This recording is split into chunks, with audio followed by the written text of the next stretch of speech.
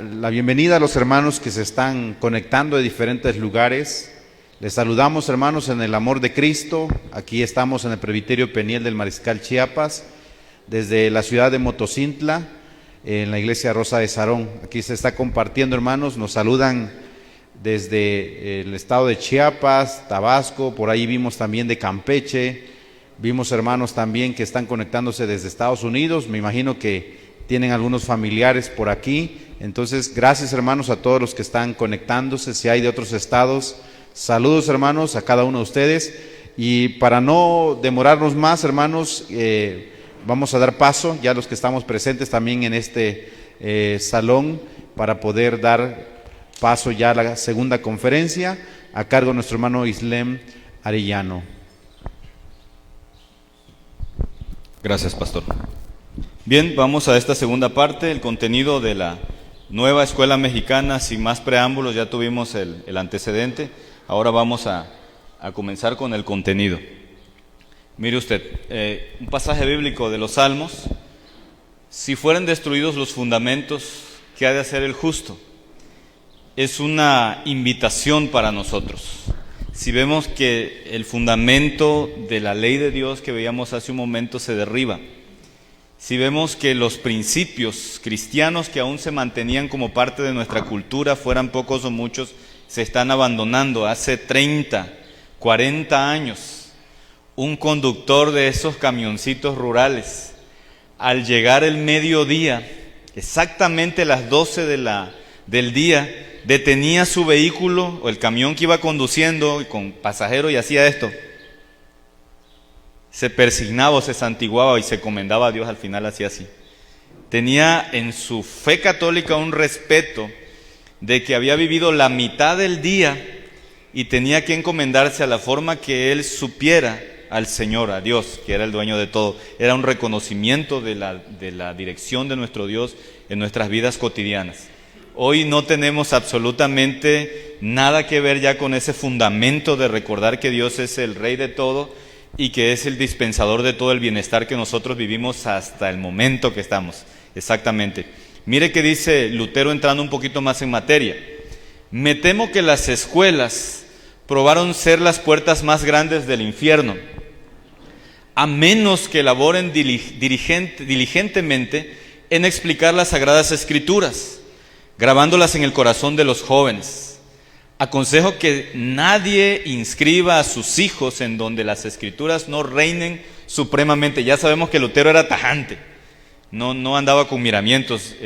Todos hemos conocido el pensamiento de Lutero. Él recomendaba, si la Escritura no estaba en la ecuación de la educación, había que sacar a nuestros hijos de ahí. Ese es el pensamiento de Lutero. Toda institución en la que los hombres no estén ocupados crecientemente con la palabra de Dios, se volverá corrupta. Toda institución, aunque comience siendo cristiana, si empieza el abandono con la palabra de Dios, llega a corromperse. Le pasó a la nación del pueblo de Israel. Mientras fueron caminando como nación, fueron abandonando la palabra de Dios. Le pasó a las universidades cristianas, Harvard, Princeton. Comenzaron con principios cristianos y abandonaron la palabra de Dios. Pagan hasta investigaciones científicas, entre comillas, para cazar el gen mutante. Para cazar, yo he visto demasiadas películas, para cazar el gen homosexual, para encontrar que realmente se nace homosexual y no se hace, y no lo han encontrado, solo pierden su dinero, ellos saben que no es cierto. Adelante, hermano. Miren, ¿qué dice el artículo 3? Vamos al fundamento. ¿De dónde surge? Porque luego vamos a ver el contenido en sí. Dice el artículo 3 y hay unas partes que le resalté. Toda persona tiene derecho a la educación. El Estado, Federación, Estado, Ciudad de México y municipios impartirá y garantizará la educación inicial, preescolar, primaria, secundaria, media, superior y superior. Es decir, el Estado es el padre que te educa, el Estado te garantiza, el Estado te forma. Así es que debes formarte a la imagen suya. La educación inicial es un derecho de la niñez. Yo les dije cuáles son los 3 derechos que realmente sostiene la palabra de Dios que tenemos como seres humanos. Ahora dice, después de ese derecho el problema es lo que sigue. y será responsabilidad del Estado concientizar sobre su importancia. Es decir, el Estado te educa, el Estado te concientiza, el Estado te dice que debes educarte en sus escuelas. Corresponde al Estado la rectoría de la educación. Ahora ya viene la parte más punitiva. Corresponde a él regir la educación en el país. Y además dice, la impartida por además de obligatoria, aquí están las palabras, será universal. La que sigue nos preocupó desde el principio, inclusiva. La inclusión para ellos, para los políticos, no se refiere a que pueda haber una rampa en la escuela para el niño de silla de ruedas, o para que la persona que no es normoyente o que es sorda pueda escuchar o pueda tomar clases también en el mismo salón con el mismo maestro. No se refiere tanto a esa parte inclusiva, sino para ellos inclusión es que exista la inclusión de género también dentro de la educación. Lo vamos a ver en unas diapositivas más adelante y verá usted que sí. Será inclusiva, pública, gratuita y laica. La religión favorita de los políticos, el laicismo, es una religión también, es una creencia. Nadie puede pensar fuera de conceptos preconcebidos que se llaman presuposiciones. Todos, hasta los que no creen en Dios, tienen una presuposición: Dios no existe. Así es que los ateos, los laicos, nos enseñan el español y nos dicen que el lenguaje que nosotros hablamos o los idiomas son el producto del devenir histórico de los pueblos. ¿Qué quiere decir? Y miren la película de los niños, La Era del Hielo. No sé si se han sentado a ver con sus niños esas películas, sobre todo la 1. Al final, cuando ya se van los animales y dejan al niño con sus papás, humanos, dicen, los tienen como animales también, y de pronto le dicen algo así como adiós, no sé, y el otro animal le dice al personaje: no les hables, los humanos no saben hablar. Ese es el concepto evolucionista, laico y ateo del lenguaje. Para ellos el ser humano no sabía hablar y fue creando el lenguaje poco a poco, paulatinamente. Pero la Biblia nos enseña una cosa distinta. En cuanto Dios crea al hombre, recuerda, hace un momento veíamos que con Dios comienza todo. Y así es que inmediatamente Dios crea al hombre a su imagen y semejanza. Dice el Catecismo Mayor: en conocimiento, rectitud e inocencia, no físicamente. Es importante aclararlo, porque Dios es espíritu, también dice el Catecismo. Así es que el ser humano fue creado a imagen de Dios en conocimiento, sabía hablar también. Y probablemente y muy seguramente sabía escribir también, porque en conocimiento semejante a Dios, imagínense, y sin pecado. En conocimiento, rectitud e inocencia. Esas tres cosas le daban y le dan al ser humano una característica especial y diferente de las demás criaturas de este mundo. Y inmediatamente Dios hace al hombre, Dios comienza a dictar instrucciones y el hombre puede entender las instrucciones que Dios le estaba dando. Sabemos que el hombre pudo entender porque al principio puso en práctica lo que Dios le mandó: labrar el huerto, procrear. Y de inmediato llega la tentación y el hombre cae de esa forma en que Dios lo creó, y Dios viene y enjuicia al hombre en virtud de que el hombre entendió lo que Dios le estaba diciendo y le pudo corresponder verbalmente también a él. Eso ocurre desde el principio. Y a la vez encontramos el relato de la Torre de Babel, donde surgen muchos idiomas para la humanidad y se dispersan. Y por si teníamos dudas, en el Nuevo Testamento, el día del Pentecostés, Dios reparte idiomas nuevamente a los cristianos. Y van y predican por todas las ciudades de aquel tiempo. Así es que no precisamente la educación laica nos ayuda, sino nos perjudica a hacer un abordaje de la ciencia, de cualquier área de la ciencia, desde una manera inapropiada, inconcebible como cristianos, expulsando a Dios de lo que Él nos ha dado como una bondad suya para comunicarnos con Él, en este caso la palabra hablada. Hace rato hablábamos de las matemáticas. Esta es una de las implicaciones del artículo 3, pero además continúa. Los planes y programas, es decir, parte de lo que yo traigo aquí, de estudio, tendrán perspectiva de género. Ahí está ya más claro. No hay nada oculto ahí. No existían los planes de estudio todavía y el artículo 3 ya nos lo había advertido. Hace un rato les decía yo allá, así les hablaba yo, hey, el artículo 3 dice eso. Tú cállate, no seas fatalista, no va a pasar nada. Y sí pasó. A continuación vamos a ver las diapositivas, como verá que sí pasó y está contenida la perspectiva de género de una manera vergonzosa realmente, y una orientación integral, y continúa. Ahí le pongo la fracción del artículo 3 de la que lo tomé. Pero mire, usted puede consultarlo. Es facilísimo encontrar el artículo 3 ahora en las redes. Adelante, hermano. Grábese esta florecita y la va a ver por todas partes. Ahora voy a explicar cómo está fundamentado el sistema educativo mexicano. Hace rato les hablaba de comunismo, de marxismo. Ahora viene la razón por lo que yo puse ese fundamento. Observe esa flor. En el centro dice comunidad. En el plan de estudio o en los planes de estudio antiguos, anteriores a este que tenemos actualmente, el centro del modelo educativo era el niño. Lo más importante era el niño. Nosotros los cristianos sabemos que eso es humanismo y que el centro de la educación bíblica, cristiana, científica es Dios. Pero sin embargo, todavía era, digamos, un poquito más dispensable, más disculpable que el niño sea el centro del sistema educativo, porque al final es a él al que estamos educando. Digamos que le damos una puerta de perdón a eso. Pero ahora el niño ha sido quitado del centro y ahora tenemos la comunidad. Ya sabemos hacia dónde va. Y después de la comunidad hay 4 campos formativos, que son los que vienen en las boletas. Las boletas de calificaciones que usted va a firmar en el sistema educativo mexicano, ya no va a encontrar español, matemáticas, naturales, geografía, historia. No existe ya de esa manera, sino ahora vienen esos 4 campos formativos que se sugiere que engloben todas las materias.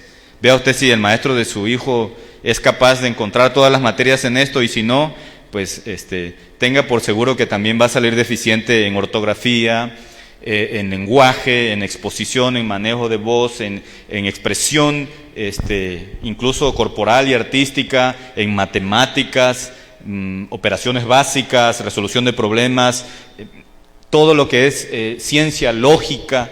Vamos a tener serios problemas de esto. Es como el libro de Gabriel García Márquez, permítanme citar a ese comunista también, es la crónica de una muerte anunciada. Así es que estos son los 4 campos formativos: saberes y pensamiento científico, ética, naturaleza y sociedades, del humano y lo comunitario, y lenguajes. Y después vienen los ejes articuladores, que son como los eslabones que sustentan todos los temas que contienen los libros de texto. ¿Y cuáles son esos eslabones que van a sustentar o que van a regir todos los temas? Observe, por favor: interculturalidad crítica, vida saludable, 3 dependiendo. Observe, pensamiento crítico, ahí está inclusión señalado con una flechita. Fomento a la lectura y la escritura, ese no está mal. No estoy diciendo que todo está mal, pero el que sigue sí está peor, y se llama igualdad de género. Así es que, aunque no lo queramos ver así, por ese eje articulador, igualdad de género. Es por eso que nos vomitan cada rato el lenguaje de niños, niñas y adolescentes, niños, niñas black, niños, niñas de all black, niños, maestros y maestras, ¿no? Y luego también en este libro, la primera vez que aparecería la palabra todos, usan el todex. No lleva O, sino lleva una X. En vez de la O le ponen una X porque no es inclusivo decir todo, eso es machismo. Eso es lo que ellos proponen, salvan la humanidad cambiando una letra, ¿no? Qué pertinentes. Bueno, adelante, hermano, por favor. Ahora vamos a este libro sin recetas y tomamos la página, ahí viene donde usted lo puede buscar. Yo no voy a sacar nada de donde no exista. Libro sin recetas, fase 5, página 34. Y en los tipos de familia que existen en México y que confluyen en las escuelas, se encuentra una que dice homoparental. Ya saben a qué se refiere: familia de 2 hombres que tienen un niño, no sé cómo lo tienen. Bueno, el Estado les provee también la posibilidad de adoptar ahora. O 2 mujeres que tienen vida de pareja y ahora pueden adoptar. Ese es, según ellos, uno de los tipos de familia, del universo de tipos de familias que tenemos dentro de las escuelas, y que tenemos que convivir también con ellos, aceptarlos y no faltarles al respeto, ni en el sentido de que no podemos decir que no son una familia, porque en el concepto del gobierno, de nuestro gobierno de turno, sí lo son. Veamos otra diapositiva, mire esta. De la página 35. Identidades de la diversidad, fíjese el término, diversidad sexogenérica presentes en las escuelas. Esto quiere decir, el libro de la fase 5 es quinto y sexto año. Esto quiere decir que en quinto y sexto año los maestros tenemos, dice ahí, niños, porque es un libro para maestros de niños de quinto y sexto año. Si el maestro está loco, ¿cómo es posible que se refiera a mi hijo pequeño, que todavía no lo tengo que enseñar cómo peinarse? Le tengo que enseñar cómo cruzar la calle, cómo ir a la tienda de la esquina y comprarse una coca, pueda decidir cuál orientación sexual va él a tomar de acuerdo en quinto año, sexto año. Y se pone todavía más difícil. Mire por favor el siguiente. Vamos a la descripción de los libros de texto. A continuación paso a la descripción y luego vamos a ir a las páginas que van a ejemplificar esta descripción que usted va a ver. De acuerdo a esto, es importante señalar que el mal sistema educativo es uno de los síntomas de un mal más grande. Oseas 4:6. Mi pueblo fue destruido porque le faltó conocimiento. Por cuanto tú desechaste la ley de Jehová, yo también me olvidaré de tu pecado, dice la Biblia. Me olvidaré de tus hijos. Empezamos la temática pasada hablando de los 10 mandamientos y de la ley de Dios y la libertad que ella nos da. Pero la sentencia en Oseas 4:6, anote bien el pasaje, es que si nosotros nos olvidamos de la ley de Dios, Él nos dice y nos da la sentencia que se va a olvidar de nuestros hijos. Y yo no quiero, de verdad se lo digo con el corazón en la mano casi prácticamente, yo no quiero que el Señor se olvide de quién es mi hija Ismari y de quién es mi hija Abril. Yo quiero que el Señor se acuerde de la generación que viene después de mí, que está siendo educada a los pies del Señor Jesucristo. Yo no quiero que el Señor se olvide de los hijos, de los niños de la iglesia, por nuestra aberrante necesidad y omisión de olvidarnos de la ley de Dios. ¿Usted quiere eso? Yo no. Me parece un juicio terrible, pero mire qué contienen los libros de texto. Lecciones aberrantes que caen en el delito de corrupción de menores. Usted verá que las lecciones atinan hacia la corrupción de menores. Antes de decirle a un niño una mala palabra o enseñarle algo sobre sexualidad explícita, usted podía demandar a la persona porque estaba corrompiendo a su niño o a los menores de edad. Hoy los libros de texto contienen esa corrupción y se presenta como el más alto ideal educativo de nuestros días. Eso es perverso, hermanos, y lo debemos denunciar delante de todo y de cualquier persona en honor a la palabra de Dios. Lenguaje evidentemente marxista. Las instrucciones de los libros de texto comienzan con las siguientes enunciaciones. Recuerde que la comunidad es el centro, ¿Se acuerda que vimos? Ya no es el niño. Y entonces las instrucciones, revise los libros cuando esté en casa. Las instrucciones de los libros de texto comienzan diciendo: en comunidades trabajen aportando ideas sobre la contaminación ambiental, por ejemplo. Otra instrucción dice: en asamblea dialoguen sobre la contaminación ambiental. Por ejemplo, de manera individual, pero sin olvidar que perteneces a una comunidad. Siempre señalan el término comunidad. Y otra instrucción dice: organizados en comunidades. Ya se perdió el lenguaje de van a trabajar en equipos. No, se llaman comunidades. El lenguaje mismo nos está indicando hacia dónde tiene la mirada el nuevo plan de estudios de la nueva escuela mexicana.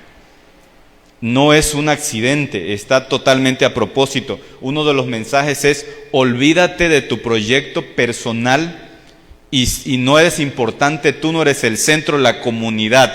Trabaja en pro de la comunidad. porque cuando yo te diga que vas a ganar lo mismo que el resto de tu comunidad, tú debes aceptarlo tranquilamente, porque lo que está al centro de la vida misma del ser humano es la comunidad, no la palabra de Dios. Porque tampoco nosotros somos el centro, tenemos que decirlo. Así es que esto solamente está preparando el caldo de cultivo para que en el proyecto que ellos tienen de gobernar, de seguir gobernando más sexenios y más sexenios en nuestro país, lleguemos a ser comunistas y los niños lo acepten tal cual. Ay, sí, es lo mejor que podemos hacer. Fuimos oprimidos durante más de 70 años, dice. México lleva más de 5,000 años de existencia, dice, aunque solamente tiene 200 años. En 2021 México cumplió solo 200 años de nación. Le desmiento eso también. Si gusta lo hablamos en otra ocasión, hablamos de México y cómo nace. Pero yo no soy azteca, ni maya, ni bien chontal, ni zoque, ni nada que a usted se le parezca, solo soy mexicano. Y todas esas mezclas están en mí también, pero no me siento ni oprimido, ni con ganas de emanciparme de nada, ni tengo resentimientos hacia los españoles, porque estoy dando una ponencia en español que ustedes me están entendiendo perfectamente, digo, dado que yo pueda comunicarme también de esa manera. Pero en realidad el lenguaje comunista es evidente. Otra, la desaparición de muchos personajes históricos y la inclusión de otros como Simone de Beauvoir. Ya verán más adelante quién es Simone de Beauvoir y vienen los libros de texto. O Frida Kahlo. Ustedes saben quién era Frida Kahlo, ¿verdad? Es una pintora malísima, todos la promueven. Vea usted que solo se pintaba a sí misma, era súper egocéntrica, su sufrimiento era lo más importante, para ella no le importaba que otros sufrieran. Era mujer de Diego Rivera, y con Diego Rivera solían hacer intercambios de pareja, es decir, se encontraban con otras parejas, y Diego le decía, bueno, te presto a Frida y tú préstame la tuya. Y además que era también lesbiana practicante, participaba constantemente en orgías. Ahora sabemos por qué la están promoviendo, ¿verdad? Pero hermanos, esto está más arriba también.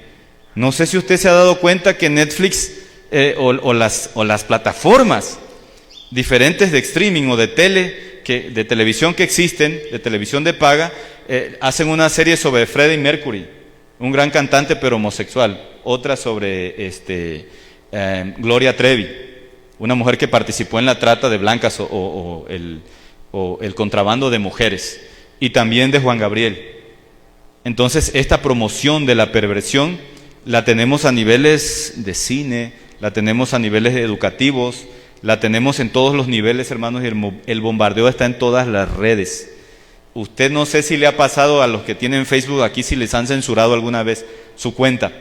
A mí constantemente me mandan los avisos, tu cuenta ha sido suspendida por tanto tiempo, y yo no me quejo, yo sé que ellos son así. Luego vuelvo a decir lo mismo para que me vuelvan a hacer otra vez, a ver quién se cansa primero. Bueno, la desaparición de materias. Ya lo vieron hace un rato, ya no hay materias. No voy a abundar más en eso, ya lo comentamos. Aquí hay algo tremendo, hermanos. La sustitución de Jean Piaget por Paulo Freire es catastrófica. Ahorita vamos a ver quién es Jean Piaget y quién es Paulo Freire. De hecho, si yo abro este libro, la primera frase que aparece en este libro en la presentación es el nombre de Paulo Freire. Es lo primero que aparece y dice pedagogo brasileño. Ya tenemos un antecedente. Entonces fue un maestro brasileño. Dice, la pedagogía del oprimido, así se llama la pedagogía de Paulo Freire, es un desarrollo pedagógico de enseñanza de enfoque marxista. Hace rato vimos el marxismo viene de Carlos Marx y Friedrich Engels. Y ya vimos lo que pensaba un poco, ¿no? Vimos los 10 puntos del manifiesto comunista. Ese es el marxismo. Freire era amante de esa corriente, que tiene muy pocos o ningún aporte a la educación. O sea, Freire solamente era ideólogo educativo, pero no era realmente un pedagogo, no elaboró un método científico o un método de enseñanza que él pudiera comprobar que funcionaba, sino solamente se dedicó a decir que había el marxismo, que los niños eran oprimidos porque se enseñaba con una educación clásica y que toda esa opresión tenía que terminar y que eso tenían sumido en la ignorancia. América Latina nunca la pudo probar y no se ha comprobado. Lo que se comprueba es que cada que la pedagogía de Freire, del oprimido, se pone en práctica, da el mismo resultado: ignorancia completa. De hecho, Freire es un admirador de la teología católica de la liberación, que es una teología latinoamericana liberal. Entonces, ese es el contexto, la base de nuestro sistema educativo.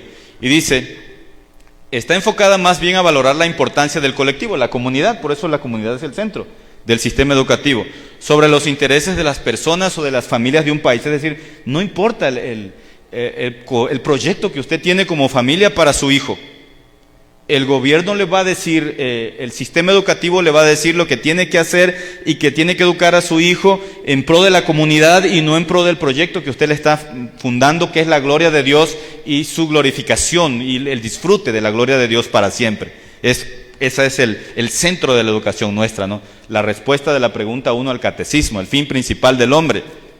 Y de paso recuérdele a sus hijos cada que lo manda a la escuela, si es que lo manda todavía, ¿cuál es el fin principal del hombre? Glorificar a Dios completo, por favor, y gozar de Él para siempre. Es decir, en la gloria, en la glorificación de Dios, mientras aprendemos cómo glorificar a Dios con la educación que estamos impartiéndole a nuestros hijos, tenemos que enseñarle que esa gloria de Dios es disfrutable también, porque el Evangelio es el Evangelio de la vida abundante que el Señor Jesucristo prometió para los cristianos, para sus hijos. Bien. El siguiente punto, en la perspectiva marxista, ya lo mencionamos hace un rato, los oprimidos son ahora los pobres, las mujeres, los homosexuales, las lesbianas, los indígenas.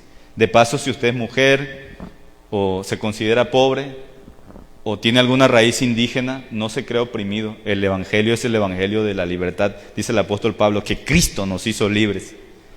El apóstol Pablo, aún estando preso, dijo, estoy preso aquí, pero el Señor Jesucristo me ha hecho libre, y escribía, y más dice, más la palabra de Dios no está presa.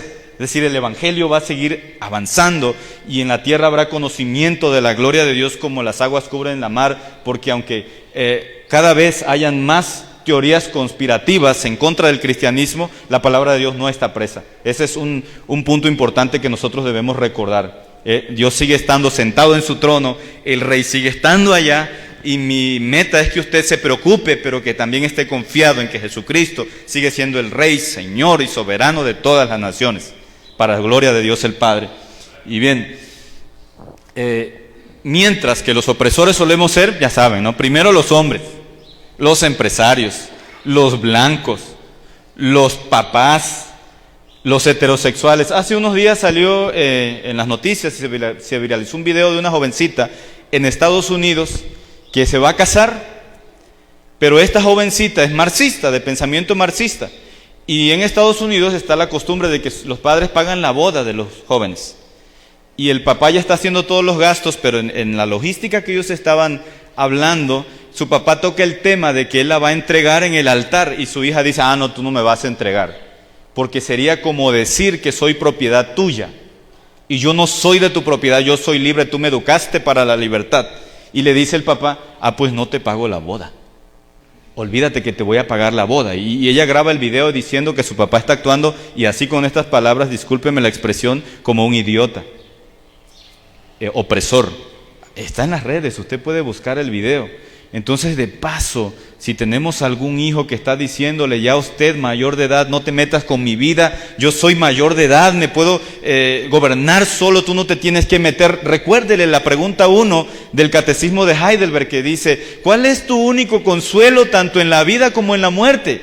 La respuesta, que yo, con cuerpo y alma, tanto en la vida como en la muerte, no me pertenezco a mí mismo, aunque yo sea un anciano, un viejo, y sea mayor de edad, hijo, no te perteneces a ti mismo, continúa el catecismo, sino a mi fiel Salvador, que me hace pronto y aparejado no solo para esta vida, sino para la venidera, y me capacita. Ahí sigue la respuesta, es larguísima y hermosísima también. ¿No dice la Biblia que herencia de Jehová son los hijos? Así es que había que responderle a ese tipo de hijos, hijo, hija, la Biblia dice esto, que Dios me ha puesto a cargo tuyo, que Dios te ha puesto, a cargo mío, y que es mi responsabilidad educarte cristianamente, y es tu responsabilidad obedecer. Abraza al Dios de tus padres y dale la gloria al Dios que te dispensa su salvación y su misericordia todavía, para que tú te arrepientas y creas en Él.